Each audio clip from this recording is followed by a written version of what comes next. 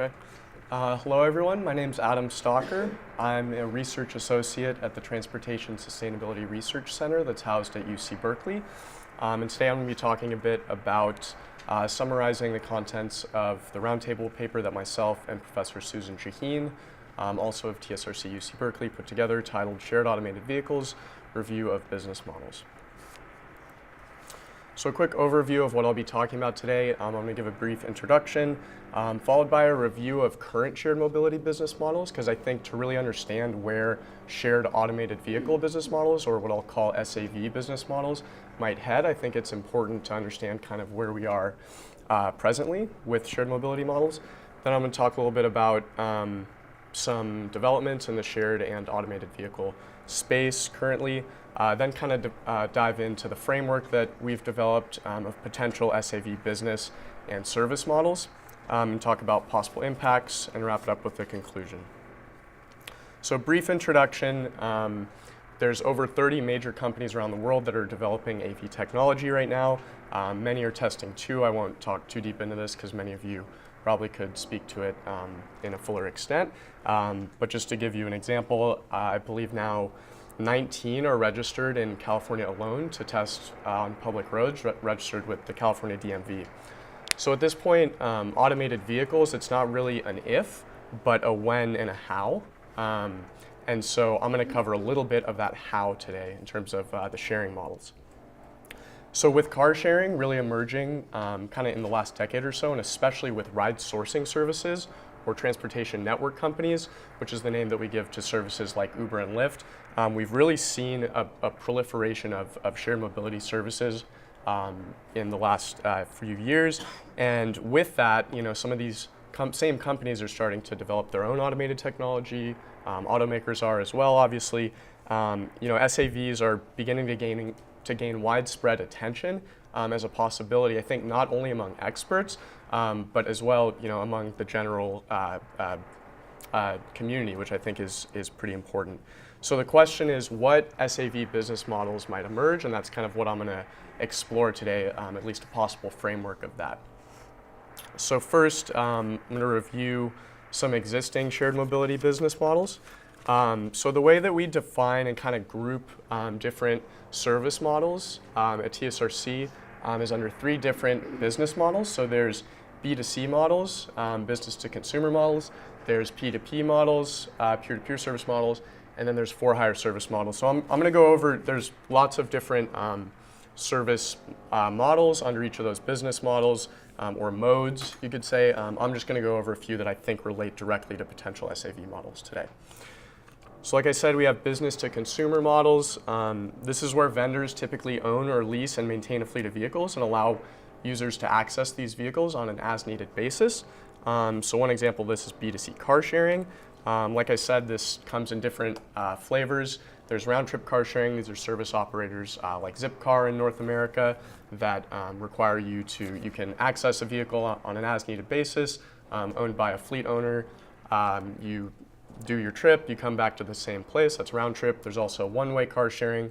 An example is Car2Go, where it's similar concept, but it's from point to point, so you can leave it at your destination. There are also emerging services called microtransit, which is a service that typically employs shuttles or vans, and has different service patterns depending on the offering. Again, this is a B2C model, so one example of this is Chariot, which is a company based in San Francisco. They kind of have a more fixed service, fixed route model, picking up, dropping off multiple passengers. Another example that kind of employs a more flexible route and service is Bridge, which is a Boston-based company. Okay, now moving into P2P service models. So P2P service models are where companies supervise transactions among individual owners and renters by providing the platform and resources needed for the exchange. So one example of this is P2P car sharing, again, similar to round-trip car sharing, except this is a service that acts as a platform for shared use of privately owned vehicles. Some examples in the US at least are Getaround and Turo. I should also mention there's hybrid P2P, B2C car sharing. Some operators have started employing this model as well, where they have business and privately owned fleets. There's also fractional ownership. So this is where multiple individuals, usually friends or family, each pay a portion of expenses for access to a shared vehicle. So Audi Unite is one example of this in Sweden, I believe. And then there's also ride sharing. So this is a service that facilitates rides between drivers and passengers with similar origins and destinations, also known as carpooling. And I should note that in terms of just definitions, ride sharing is distinct from ride sourcing, or TNCs, transportation network companies, services like Uber and Lyft, in that the trip is incidental, meaning that it would have happened anyway, even if the driver did not get a passenger match. And the driver technically does not make a profit, at least in the US. The amount that a driver can charge for ride sharing or carpooling services is capped at 54 cents currently by the IRS. So moving into for-hire service models, this involves a customer or passenger hiring a driver on an as-needed basis for transportation services. So like I had mentioned, one example of this is our ride sourcing services, so services like Uber, Lyft, Didi, Ola, Grab, some other popular services around the world. This is a service that allows passengers and drivers to connect using personal vehicles through a mobile application. And again, the driver makes a profit here typically. Okay, so moving into the shared mobility and vehicle automation space. So obviously, you know, there's been a big convergence lately of these two fields in multiple ways. So I'll just touch on this briefly. I'm sure we'll talk about this more later over the next 2 days. But you know, there have been a number of pilots right now that have kind of been combining shared mobility and vehicle automation. I'll just mention a couple. Uber's been testing its automated vehicles to the public in Pittsburgh. Nutonomy has a similar pilot in Singapore. There's been, you know, a number of low-speed shared shuttle operators. Easy Mile, Local Motors Ollie, the City Mobile 2 effort has been integral in kind of expanding some of these pilots around Europe. But right now, all the current pilots are typically low speed. They're under driver supervision. And they serve a specific area or purpose, typically. But in addition to pilots, there have been a lot of announcements and investments in the SAV space. This is a Bloomberg diagram that I'd highly recommend checking out. Actually, they seem to update it every couple months. But it kind of shows the merging worlds of automakers and shared mobility companies and technology companies and all the different investments that are kind of being made and the different partnerships.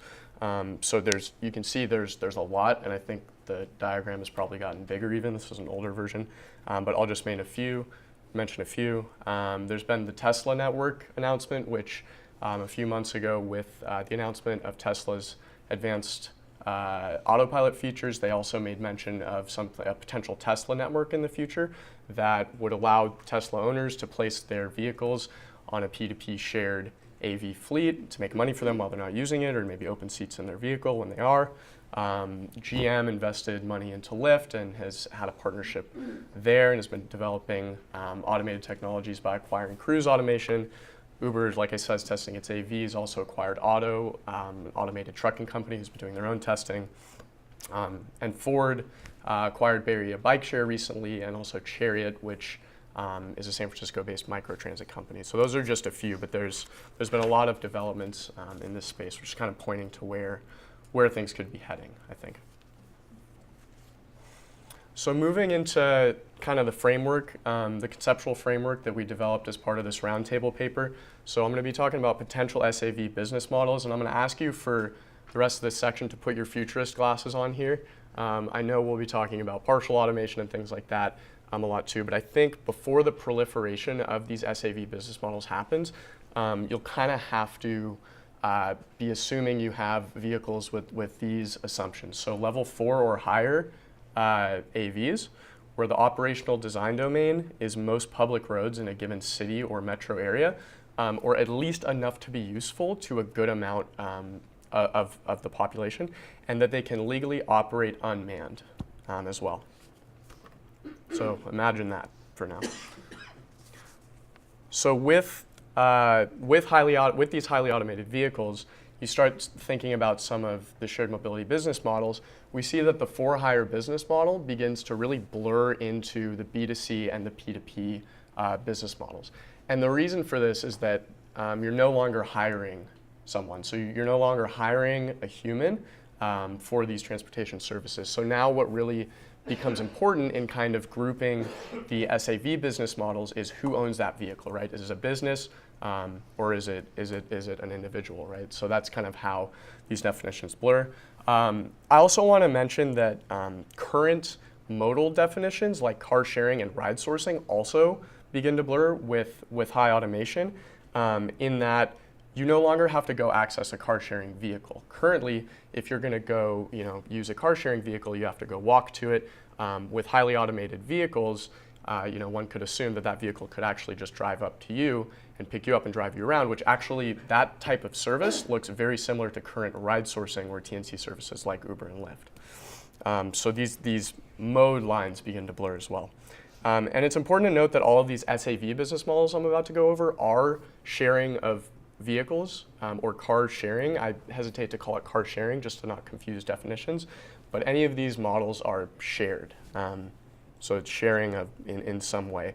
And ride sharing, which I'm going to call pooling from here on out, just again not to confuse current models from the SAV framework, is sort of more of an action that somebody takes. So really that allows people who are unrelated to you to ride in a vehicle with you.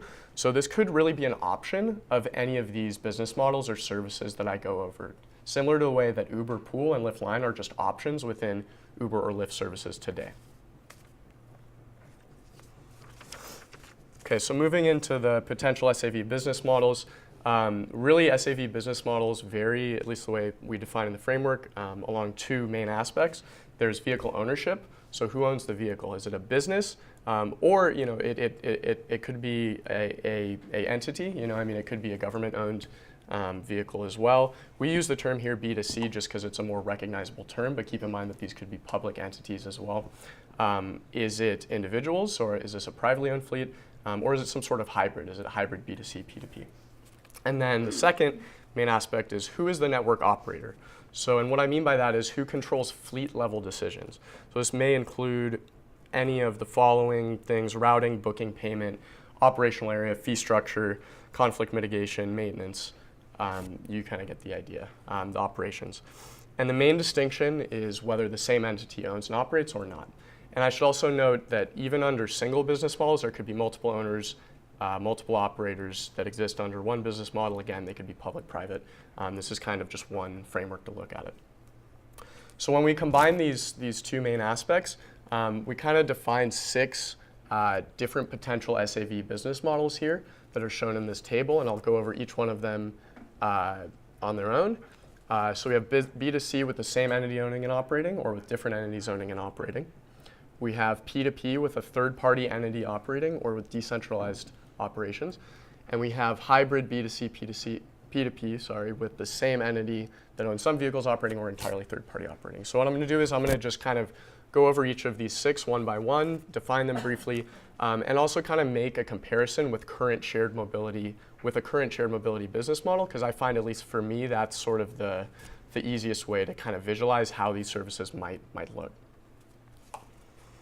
So first off, we have B2C with a single owner operator. This would employ an SAV fleet that's both owned and operated by the same organization. So again, this would look very similar to current B2C car sharing, like a Zipcar that both owns and operates their fleet. Next, we have B2C with different entities owning and operating. So this would be a potential model that might emerge where 2 or more companies partner for different ownership and operation scenarios to provide these SAV services. So a current example is the GM Lyft partnership. Not only that they're partnered, but in that they're starting to offer some services, joint services for drivers. So for example, they have a program for short-term leases where if you want to be a Lyft driver and maybe you don't have a vehicle that's compatible, or you don't have your own vehicle, you can go through GM to lease it on a short-term basis to drive for Lyft. So that exists right now in some cities. So you could kind of see how that might evolve with AVs. So moving into P2P, We have P2P with a third party operating. So this would be where individuals might place their own vehicles on an SAV network when they're not using the AV, or they could actually open seats in their vehicle by placing it on this third party operated network. So kind of a current example of that is P2P car sharing, where people are already sharing their vehicles that's facilitated by this third-party network, or also the Tesla network. The proposed Tesla network that I mentioned is also an example of this. Tesla owners might place their vehicle on this Tesla network that's controlled by Tesla. Then we have P2P with decentralized operations. So this would be individually owned vehicles, again, but with decentralized peer-to-peer operations, and would employ individually owned vehicles where operational aspects are not controlled by any one centralized third party, but are instead decided upon by groups of individual owners. And what I mean by groups is it could be groups of differing sizes, really. It could be small groups, it could be mid-sized groups, it could be large groups. And so an example of kind of a small group would be current fractional ownership, as I mentioned. So you could imagine maybe a small group of friends or family might go in to purchase or lease an AV and then share it among themselves. But their operational decisions are kind of part of this decentralized closed group where they decide what happens to the vehicle in terms of where it goes when. But actually a more large scale example of this is a company called Arcade City that is operating right now out of Austin. They kind of came in the emergence of the absence of Uber and Lyft. They're a de facto ride sourcing platform that's currently operating via Facebook, but totally peer-to-peer connections. So just somebody posts, I need a ride, driver connects. But they're also right now developing a blockchain-based mobile application, and blockchain is the underlying technology behind cryptocurrencies like Bitcoin that allows for decentralized operations and transactions to happen. So they're developing that right now. So if something like that scales with automation, you can kind of see how that might happen. So moving to hybrid ownership. So there's possible models where a company could employ both business-owned and privately owned AVs.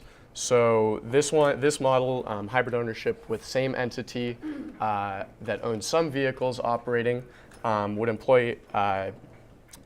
have the entity own a portion of the SAVs in their fleet, but the fleet may also comprise of individually owned AVs that join the network on an as-needed basis. So this type of model, you could imagine, could really help bring on some needed supply in times of peak demand, or maybe covering geographic areas where the company's fleet can't take care of the whole service, but they can bring on these P2P vehicles when they need to bump up some of their supply to meet demand. So an example of this would be like a current ride sourcing service, like an Uber or a Lyft, that maybe now owns some of their fleet and brings on P2P demand when they need it.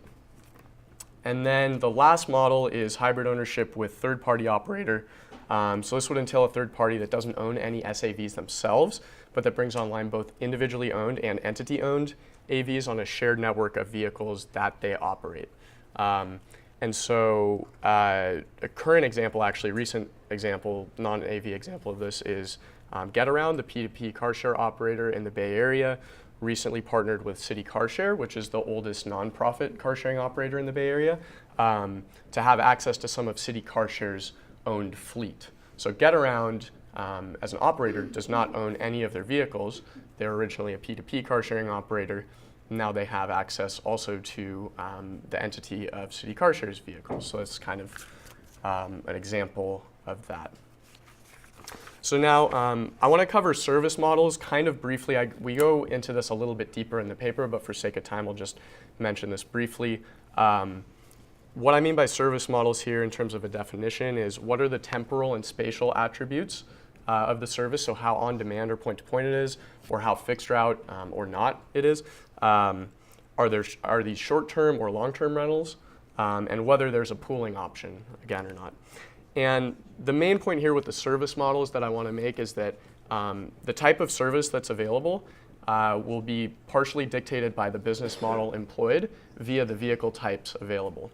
So an example of that would be P2P business models will probably only be able to employ smaller vehicles because they'll be individually owned. I don't see anyone in the future, some individual wanting to go buy an automated bus anytime soon. Based on that, smaller vehicles, it's more cost effective for these services to operate more on-demand point-to-point services similar to current ride sourcing services. So we can see kind of with this, the business models may at least partially affect the service models that are available for these types of services. And just a couple more points on this. I think that there may be the emergence with these SAV business models of a kind of right-sized micro type vehicle. So over 75% of commute trips in the US are made with one person in a vehicle by single occupant vehicles. So really we might see an emergence with these services of these companies trying to right size to the demand, to save money for their operations. On the other end, I kind of think that with SAV services, more van type shuttles might be able to emerge in the sense that with automation, it's easier for them to deviate than it currently is, and also with the proliferation of smartphone-enabled transportation, there's a lot more data around people's movement, I think, than currently exists. So they might be able to kind of reconcile operations and demand in an easier way, especially during peak hours. Okay, so that was kind of just the conceptual framework that we came up with for SAV business and service models. But I want to lay out some limitations. Again, this is only a framework. It's only one way of looking at it. There are lots of ways to look at how this might evolve. This is just one way. These services won't exist in a vacuum. Many business models could exist even in one single city. Like people have been mentioning today, there will no doubt be a transition period, not only between AVs and human-driven vehicles, but I think even in these shared fleets between, shared fleets that are partially comprised of AVs, partially comprised of human-driven vehicles. You could imagine like a current ride sourcing service on Uber or Lyft, pulling on some AVs as part of their fleet, but still having their current business model of human-driven vehicles as well in a kind of mixed shared fleet scenario. Again, some of these business models may become more dominant than others. It really depends on economic factors, things like the price point of automation, ownership rates, lots of things. But the adoption of these business and service models depends on many factors, obviously, that I could spend all day naming off: regulation, land use, country, et cetera. So just in terms of some possible SAV impacts, just really briefly, I'm sure we'll talk more about this in the next couple days. So some opportunities. Like I said, there might be the opportunity to increase vehicle occupancies. Again, I think this might really emerge in terms of right-sizing the vehicle demand for these shared fleets. There's the potential to reduce the per mile cost, at least over privately owned vehicles if they're part of these shared fleets. There's not that sunk cost of ownership anymore. There's a potential to unlock urban space, dedicated parking, give it to other uses, things like housing, more public space. There's the potential to downsize the number of privately owned household vehicles. And there's also the potential to reduce greenhouse gas emissions. This one is a pretty nuanced situation, but there have been a number of studies that have shown that electric vehicles are actually more cost effective when they're driven at high miles per year, so part of a fleet system, than our current gasoline powered vehicles, even under current pricing. So there may be an incentive to move to EVs with these shared fleets, even without policy levers. But obviously there's challenges. People have noted today, I think, I would agree, the biggest question is there going to be increased VMT due to these services, right? How much demand might you induce with the lower costs, the potential door-to-door service for some of these services, roaming AVs if they're unmanned, things like that. So I think this is where policy levers come in incredibly important here. And will people give up private ownership? People might go car light, but will they go car free for their households? I think this is yet to be seen. Again, the increasing of urban sprawl is definitely a possibility. Every time there's been a major advancement in transportation technology, it's typically gone hand in hand with increased urban sprawl. So again, I think this is where policy comes in really important. And will congestion be solved? I really liked Tom's fallacy of transportation is that the next thing is going to solve congestion. I absolutely agree. I think that's a fallacy, and especially during the mixed period, it could increase congestion for a period of time as well. So in conclusion, SAVs I think have the potential to fundamentally change the transportation industry. The impacts are uncertain at this time, but the business models, travel behavior preferences, and public policy will be key components to SAV development. So that's my talk. Thanks for your ears and for your time, and I'll answer any questions you might have.